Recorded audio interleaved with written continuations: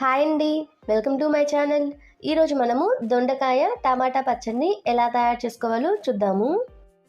పచ్చడిని తయారు చేసుకోవడం కోసం ముందుగా ఒక ప్యాన్లో ఒక 2 టేబుల్ స్పూన్ వరకు ఆయిల్ వేసుకొని ఆయిల్ని హీట్ చేసుకోవాలి. ఆయిల్ హీట్ అయిన తర్వాత ఇందులో ఒక పావు కప్పు వరకు పల్లీలు వేసుకుంటున్నానండి. ఇలా వేసుకొని పల్లీలు కొంచెం ఫ్రై చేసుకోవాలి. ఇలా కొంచెం ఫ్రై అయిన తర్వాత ఇందులో ఒక 10 పచ్చిమిర్చిని కట్ చేసుకొని వేసుకుంటున్నాను. పచ్చిమిర్చి అనేది మీ కారాన్ని బట్టి వేసుకోండి. ఇలా వేసుకొని పచ్చిమిర్చి బాగా ఫ్రై అయ్యేంత వరకు ఫ్రై చేసుకోవాలి.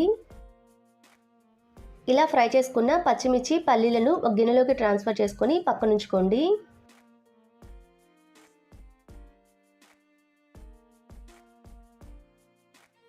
ఇదే ప్యాన్లో ఒక టేబుల్ స్పూన్ జీలకర్ర వేసుకుంటున్నాను. ఇందులోని కట్ చేసుకున్న దొండకాయ ముక్కలను కూడా వేసుకొని ఒకసారి మొత్తాన్ని కలుపుకోవాలి.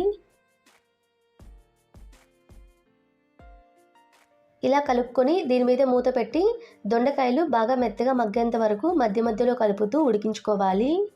ఇలా దొండకాయలు బాగా మెత్తగా మగ్గిన తర్వాత ఒకసారి మొత్తాన్ని కలుపుకోవాలి. ఇలా కలుపుకొని ఇందులో ఒక 4 టమాటాలని కట్ చేసుకొని వేసుకుంటున్నాను. ఇందులోని కొంచెం కొత్తిమీరని కూడా వేసుకుంటున్నాను. అలాగే ఒక చిన్న నిమ్మకాయ సైజంత చింతపండుని కూడా వేసుకుంటున్నాను. ఇలా వేసుకొని కలుపుతూ టమాటాలు బాగా మెత్తగా మగ్గేంత వరకు మీడియం ఫ్లేమ్ మీద ఉడికించుకోవాలి.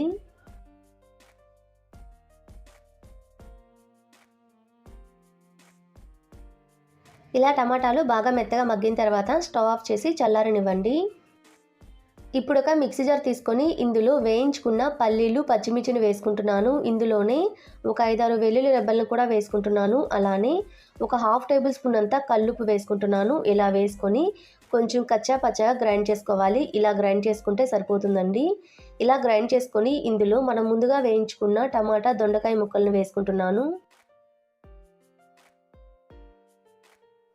ఇలా వేసుకొని మరీ మెత్తగా కాకుండా కొంచెం బరగ్గా గ్రైండ్ చేసుకోవాలి. ఇలా గ్రైండ్ చేసుకుంటే సరిపోతుందండి.